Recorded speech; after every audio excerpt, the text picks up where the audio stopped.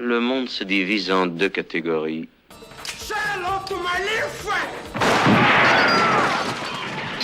Here's Johnny. Ceux qui ont un pistolet chargé et ceux qui creusent. Toi, tu creuses. Le 17 avril 2023, à 9h36 et 21 secondes, un caniche nain 22,4 cm au garrot s'apprête à uriner sur la devanture d'une boulangerie de l'avenue de la Marne à Yssingeaux. À la même seconde, Lucien Bredotto, élève de 6e 3 au collège du Monteil de Monistrol-sur-Loire, est collé par son professeur d'anglais pour avoir fait des gestes inappropriés à ses camarades. Au même instant, dans les bureaux du Crédit Agricole de Firminy, situé au 37 rue Jean Jaurès, mademoiselle Émilie Cheval se voit accorder un prêt de 365 000 € qui lui permettra de devenir propriétaire de sa maison. Toujours à la même seconde, Kinou et Marie-Lise, frères et sœurs passionnés de cinéma, entrent dans les locaux de la radio FM 43 avec l'intention d'enregistrer un podcast sur le film de Jean-Pierre Jeunet sorti le 25 avril 2001. 3 semaines plus tard, l'émission Le Regard Ciné de Kinou et Marie-Lise consacrée au film Le fabuleux destin d'Amélie Poulain voyait le jour. Bonjour Kinou. Bonjour Marie, tu nous fais un fabuleux destin de Kinou et Marie-Lise, c'est cool. C'est cool. Ouais, bravo. Hein. C'est rigolo, voilà, je me suis dit autant rester dans le thème. Je me demande où t'étais chercher cette idée de caniche nain. J'ai une vague idée de ton influence. Voilà, on avait un caniche nain, une espèce de petite chose très hargneuse et. On l'aimait bien quand même. Mais on l'aimait quand même et voilà, je le vois bien pisser sur la devanture. Je l'imagine parfaitement. Des boulangeries du coin. J'ai bien l'image. On va parler aujourd'hui du fabuleux destin d'Amélie Poulain, le film de Jean-Pierre Jeunet qui est sorti en 2001, qui a eu un succès retentissant en France et à l'étranger. Ouais, surtout à l'étranger. Même aux États-Unis, encore aujourd'hui, il est connu par beaucoup de gens. C'est une sorte de référence. En même temps, c'est pas surprenant parce que.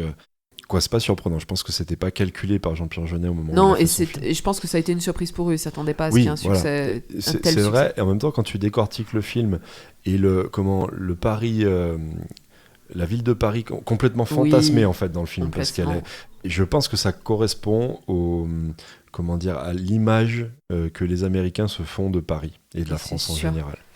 Ils doivent être bien déçus d'ailleurs quand ils viennent. Et j'imagine qu'il peut y avoir une certaine déception. Parce que si l'image que tu te fais de Paris, c'est celle qu'on voit dans le film, oui, non, c'est pas tout à fait comme ça que ça marche. Mais alors, il y a beaucoup de gens qui reprochent justement cette image fantasmée de Paris. Mais en fait, je trouve que c'est un faux procès parce que le film entier est une version fantasmée de la vie. Pour moi, c'est un film qui aurait pu être fait par des enfants, tu vois ce que je veux dire. Mais c'est une fable.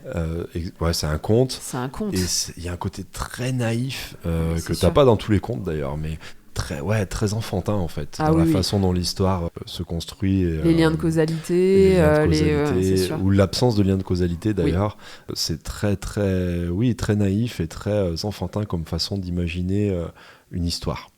Et puis le film nous rappelle sans cesse qu'on est en train de regarder un film. On brise le 4e mur très régulièrement. Amélie Poulain qui regarde la caméra ou qui s'adresse au spectateur directement.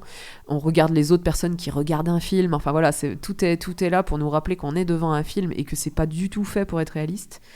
Même les personnages en eux-mêmes, ils semblent complètement sortis d'un conte ou d'une fable. Ils sont pas réalistes du tout. Carrément, et c'est un film, je trouve, qui fait du bien. Ah mais il donne la pêche. Il donne la banane, ça ravigote.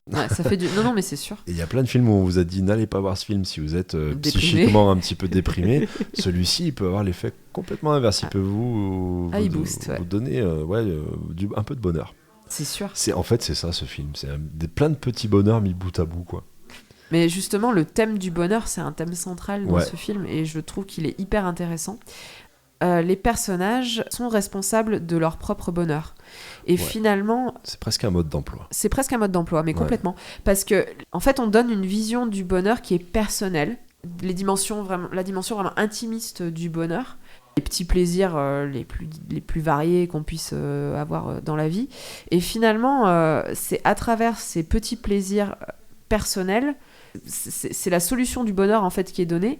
C'est un plaisir à l'échelle personnelle qui va finalement rayonner pour faire un plaisir tu vois, pour arriver qui va être communicatif. Qui va être communicatif. Et en même temps, il y a aussi un besoin de se confronter à la réalité pour aller chercher ton propre bonheur. C'est ça. Ça aussi, c'est... Sortir de sa zone de confort. Ouais, c'est ça. Pour ça que je parle de mode d'emploi, c'est que en fait, dès le début du film, quand ils expliquent qu'Amélie, elle aime casser la croûte crème brûlée, de la crème brûlée avec cuillère. la petite cuillère, qu'elle aime mettre ses mains dans les sacs de grains, etc. C'est des petits plaisirs du quotidien qu'on peut tous vivre, mais dont on se coupe assez facilement quand on grandit. C'est des trucs très enfantins, ça aussi. C'est sûr.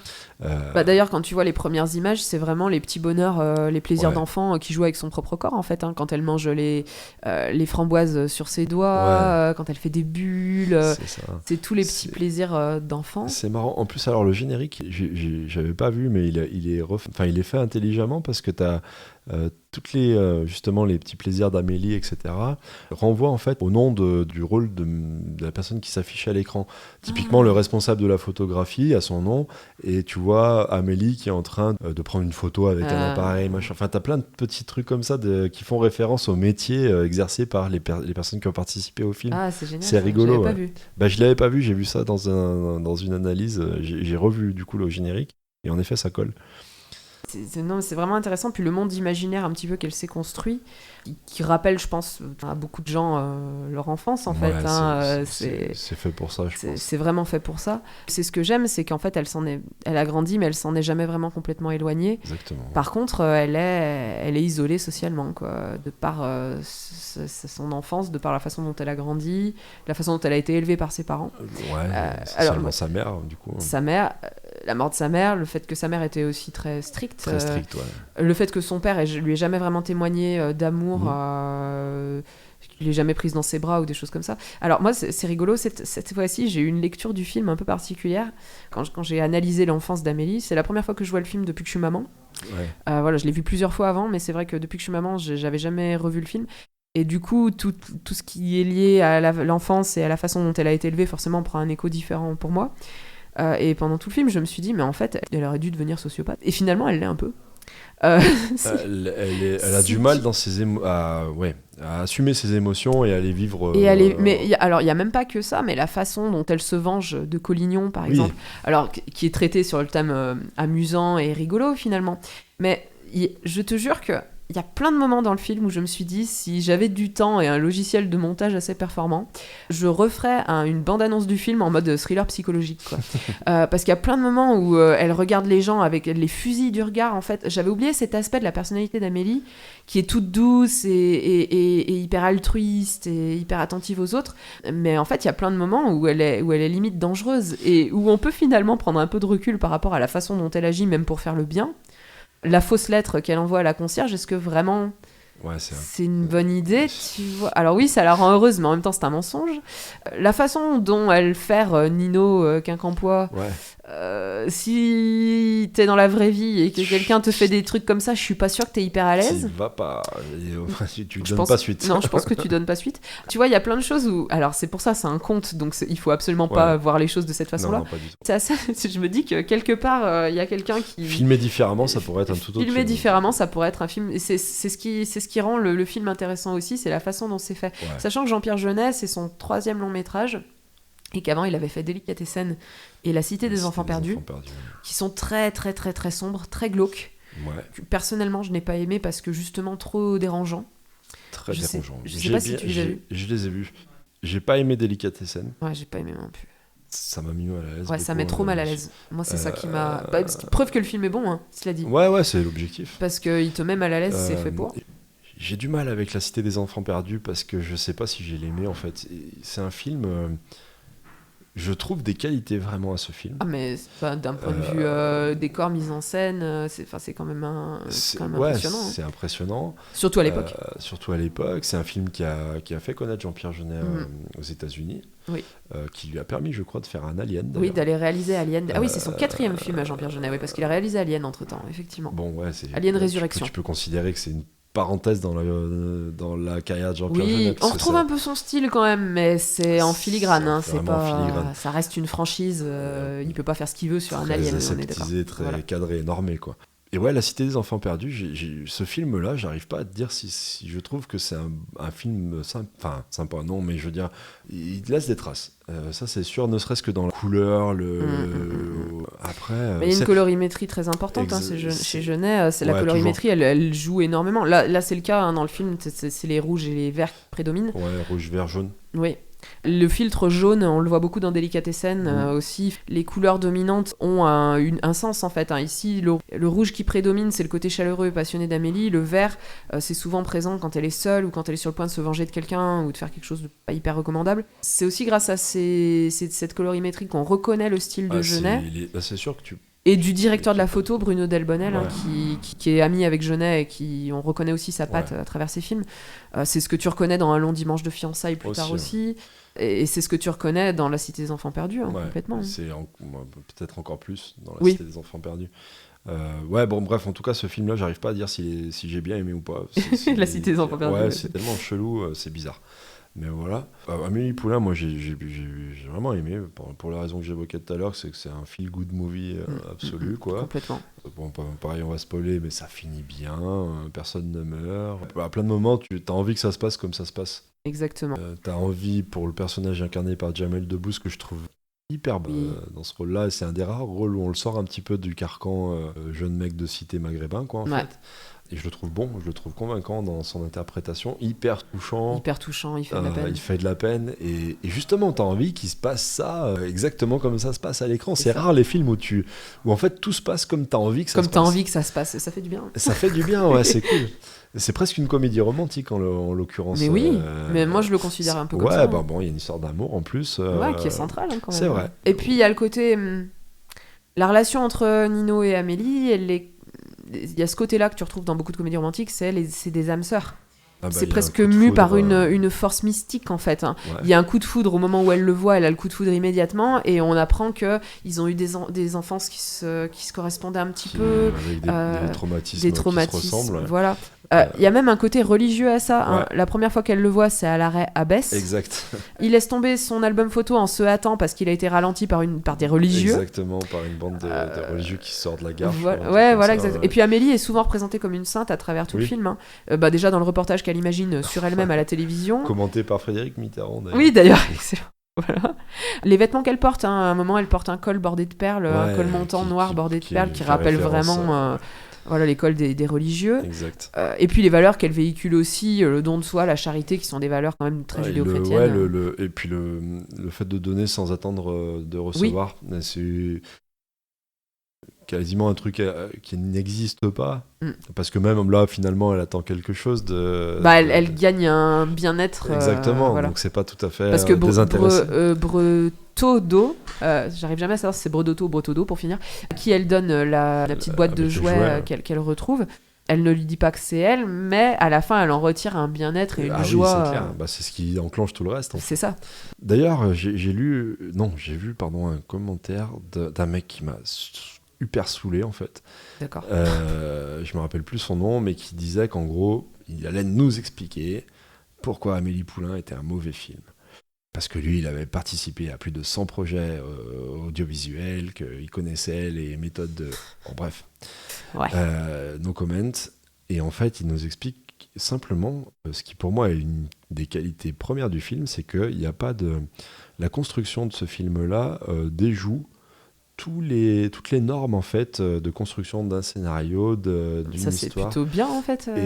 Oui, sauf que lui il dit tu vois par exemple normalement quand elle rencontre Nino Quincampoix, la couleur qui prédomine c'est le bleu. Donc normalement après à chaque fois qu'on parle d'amour il doit y avoir du bleu à l'écran et c'est pas le cas. Donc voilà en fait on respecte pas la science de cinéma en fait. Bah ouais, mais en fait, c'est aussi pour ça que le film, il est cool, c'est que tout ce à quoi tu t'attends, dans un scénario classique, dans un film... oui, tu doutes, comme tu disais tout à l'heure, ce que tu espères voir arrive, ce qui, en général, n'est pas le cas au cinéma. C'est jamais le cas, ouais. Sinon, il n'y a pas d'intrigue, en fait. Et là, le vrai tour de passe-passe de Jeunet, c'est d'arriver à construire une intrigue qui te donne envie de savoir la suite, tout en faisant en sorte que se passe à l'écran ce que tu avais envie qu'il se passe. Donc c'est chouette. Enfin, moi j'aime bien de temps en temps un truc comme ça sort des sentiers battus et je trouve ça intelligent. Et après tu as tous les mecs qui sont un peu qui se disent des scientifiques du cinéma, qui te disent ce film est un mauvais film, c'est normal qu'il ait été refusé à Cannes, etc. Parce que du coup, ils respectent absolument aucune norme de la science du cinéma. Et ben ouais, mais ça reste un film que t'as plaisir à voir. Mais c'est sûr. Parce que les acteurs sont bons, et je suis désolé, mais Kassovitz, il est génial. Audrey Tautou, elle est parfaite. D'ailleurs, je sais pas où elle est passée, Audrey Tautou, elle est pas morte. Elle a fait pas mal de films après, quand même. Ouais, après, mais depuis un moment. Depuis un moment, c'est vrai qu'on la voit plus trop. Oui. Parce qu'on s'intéresse assez au cinéma français, peut-être que. Ouais, peut-être pas. C'est peut-être nous, là. C'est peut-être notre faute. Donc, ouais, non, en tout cas, moi, je trouve que c'est pas grave que ça soit pas. Qu'on respecte pas le. Et puis, attends, désolé, mais c'est pas un petit bidouillage d'amateur. Hein. Au niveau de la réalisation, des thématiques, de la symbolique, mais il y a un taf énorme en fait derrière ce film. Par exemple, donc ça c'est un truc que j'ai vu sur une vidéo d'une chaîne française qui s'appelle Analyze This, et la vidéo est très très bien faite. Et ils parlent de l'isolement des personnages. Et donc ils disent que souvent, Amélie Poulain, elle est représentée par l'image de la jeune fille qui se cache derrière son verre d'eau dans le tableau du déjeuner sur l'herbe de Renoir que l'homme de verre, le voisin, peint chaque année. Donc ça c'est dit clairement dans le film, qu'elle est représentée par cette jeune fille au verre d'eau. Si on regarde le reste du film, en fait, Amélie observe le monde ou les autres personnages derrière du verre, derrière une vitre, très souvent. La cabine téléphonique pour Dominique Breteau, la vitre de sa fenêtre quand elle observe son voisin qui déjeune seul, la vitre du café où elle écrit le menu quand elle observe Nino, quand il vient la voir au café. Mais il y en a plein en fait, il y a des exemples comme ça, il y en a tout plein. Donc ça prouve qu'elle a encore besoin d'une protection, elle observe le monde mais elle a encore besoin d'une protection avant de se lancer dans le monde. Ça m'a fait penser à cette nouvelle de Maupassant qui s'appelait La Rampailleuse, que j'avais lue quand j'étais je crois en 4e ou en 3e. Et c'était une des toutes premières analyses de texte que j'avais fait en classe avec ma prof. Et moi j'ai toujours adoré les analyses de texte, c'est un peu le même exercice qu'on fait là finalement avec les films. On essaie de décortiquer un peu la symbolique et les choses qui vont être sous-jacentes, qui vont pas être dites clairement, mais qui vont te faire ressentir une certaine émotion. La Rampailleuse, c'était la même chose, c'était l'histoire d'une femme très seule qui, à chaque fois qu'elle observait les autres, elle était derrière quelque chose. C'était dit comme ça dans le texte. Je l'avais pas repéré jusqu'à ce que ma prof attire mon attention là-dessus. Et là, c'est exactement la même chose avec Amélie Poulain. Et si on te le dit pas, tu t'en rends pas nécessairement compte, en fait. Et le verre, il revient aussi, le verre du bocal du poisson rouge, c'est bien une image de ça en fait. Pour vivre sa vie, il devra trouver un moyen de sortir du bocal, de passer derrière le verre pour aller dans le vrai monde en fait. Et c'est ce que finit par faire Amélie à la fin du film. Et la personne qui parviendra justement à la faire sortir de cette prison de verre et aller au-delà, c'est qui ? Son voisin, l'homme de verre. Tu vois, c'est super. En fait, quand t'analyses. Alors, moi, j'avais pas vu tout ça. C'est vraiment cette chaîne Analyze This qui a mis le doigt là-dessus et qui m'a permis de comprendre tout ça. Mais je trouve que c'est tellement intéressant. C'est bien foutu. C'est hyper bien fait. J'ai aussi trouvé une analyse des personnages. Donc, ça, c'est un site de marketing qui s'appelle Test Conso. Je vois pas trop. Mais bon, ok. En fait, il s'intéresse aux analyses sémiologiques. Donc, la sémiologie, c'est l'étude des sens. Comment tu vas arriver à inciter le cerveau humain à penser de telle manière, en fait. Il disait qu'un des axes majeurs du film, qui permet de comprendre pourquoi il a suscité autant d'enthousiasme auprès du public, c'est justement c'est l'histoire d'une libération, en fait, une sorte de méthode pour se libérer de soi-même. Donc les personnages sont prisonniers du monde de leur enfance, très souvent. Ils ont une obsession qui les rend malades et ils cherchent à s'en libérer. Par exemple, Nino, il ignore un peu qui il est, il cherche sa propre identité en recollant les morceaux déchirés des photos d'identité des autres. Ça, c'est visible. Ça, c'est assez... Mais je trouve ça génial, tu vois. Et le fait qu'il travaille avec un masque aussi à la Foire du Trône. Et Amélie aussi, elle cherche, donc, comme je le disais, à se libérer un petit peu de ses inhibitions et de sa difficulté à aller vers les autres. Ce qu'on disait tout à l'heure par rapport au bonheur et au fait que le bonheur individuel va rayonner d'une manière assez contagieuse, exactement. Donc par exemple, quand Amélie est installée sur le toit de l'immeuble et compte le nombre de gens qui ont un orgasme à cette seconde précise, ça donne vraiment cette idée que voilà, les orgasmes se succèdent et donnent l'image d'un plaisir généralisé à toute la ville. De la même manière, lorsque Joseph et la buraliste font l'amour dans les toilettes du café, tout se met à trembler, à siffler, et là encore, le couple diffuse autour de lui un plaisir qui devient presque universel en fait. Et donc cette idée qu'en fait le plaisir personnel et intimiste va rayonner ensuite. Si toi t'arrives à trouver le bonheur au quotidien dans des petites choses toutes simples comme mettre la main dans un sac de grains, tu seras capable de diffuser. Voilà, exactement. Et ça, c'est pareil, c'est dit de façon assez... c'est en sous-titre, en fait. Subliminal, c'est subliminal, mais c'est vraiment bien fait. Alors, il y avait beaucoup de choses sur ce site que j'ai trouvé... L'analyse est fantastique. Oui, aussi, chaque personnage est enfermé dans une obsession et des problématiques qu'ils se créent eux-mêmes, en fait. Oui. Tous leurs problèmes viennent d'eux et de leur cerveau. Oui, c'est vrai. La buraliste, le mec qui est jaloux, voilà, le jaloux. L'autre qui est hypochondriaque, c'est symbolique aussi. C'est symbolique aussi. Tous ont des problématiques qui, en fait, ils s'enferment tout seuls dans leurs problèmes, comme Amélie le fait dans le fait qu'elle n'ose pas aller vers les autres. Et ce que j'aime aussi, c'est le fait que quand tu compares la façon dont Lady Di est mise en relation avec les autres personnages, c'est intéressant. On s'attriste en fait sur le destin tragique de Lady Di, qui pour une fois, comme le dit la dame qui vend le journal à Amélie, qui pour une fois était une princesse jeune et jolie, ben quand même c'est dommage qu'elle soit morte. Ce à quoi Amélie lui répond donc si elle avait été grosse et moche en fait ça serait moins grave. et ça aussi c'est hyper intéressant dans le film en fait parce que on remarque le destin tragique de Lady Di, mais c'est mis aussi en parallèle avec le destin tragique de la patronne des Deux Moulins, qui a eu aussi une vie assez compliquée. On le comprend quand elle raconte un petit peu son histoire. Tout le monde s'en fout. Et voilà, mais à l'échelle du film, en fait, son histoire a tout autant de valeur que celle de Lady Di. C'est ça, exactement. À l'échelle du film, la mouche du début qui se fait écraser par une bagnole, elle a tout autant d'importance que la mort de Lady Di parce qu'en fait... C'est presque un film bouddhiste en fait. Mais c'est ça. On nous donne le nombre de précis de battements d'ailes, le nom de son espèce, l'heure exacte à laquelle elle se pose et elle finit par se faire écraser. Et donc ce petit détail insignifiant de la mouche, ça trouve qu'elle est presque aussi importante que Lady Di au final. Okay. Donc ce que j'aime aussi dans ce film, c'est qu'on te remet tous les personnages au même...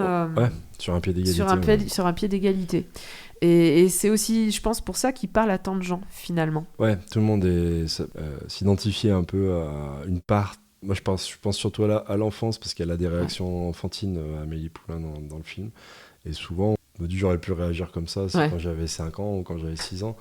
Du coup, tu peux t'identifier assez facilement. Quand tu acceptes ta part d'enfance. Quand t'as pas complètement renié l'enfant qui est en toi. C'est ça, c'est pas mon cas. Non, c'est pas le mien non plus. Voilà, du coup, je trouve que ce film-là, il fait du bien. Oui, et puis il te parle, quoi. Ouais. Il te parle. Ceci conclut la première partie de notre podcast consacré au film Le fabuleux destin d'Amélie Poulain. Nous vous donnons rendez-vous la semaine prochaine où nous aborderons les décors, la musique, le rôle de Jamel Debbouze, mais également la réception publique et critique du film. À très bientôt.